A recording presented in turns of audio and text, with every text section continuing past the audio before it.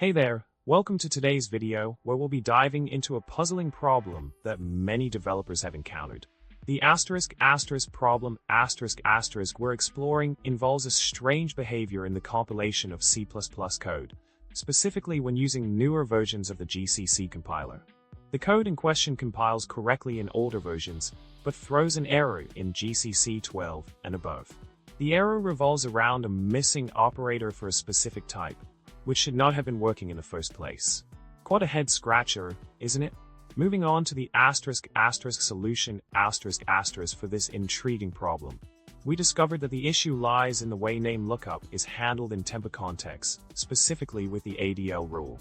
By strategically rearranging the declarations in the code and placing the definition of dummy and the operator before mystruct, we were able to resolve the compilation error. This adjustment ensures that the necessary functions are available at the point of instantiation, allowing the code to compile successfully across different versions of the GCC compiler.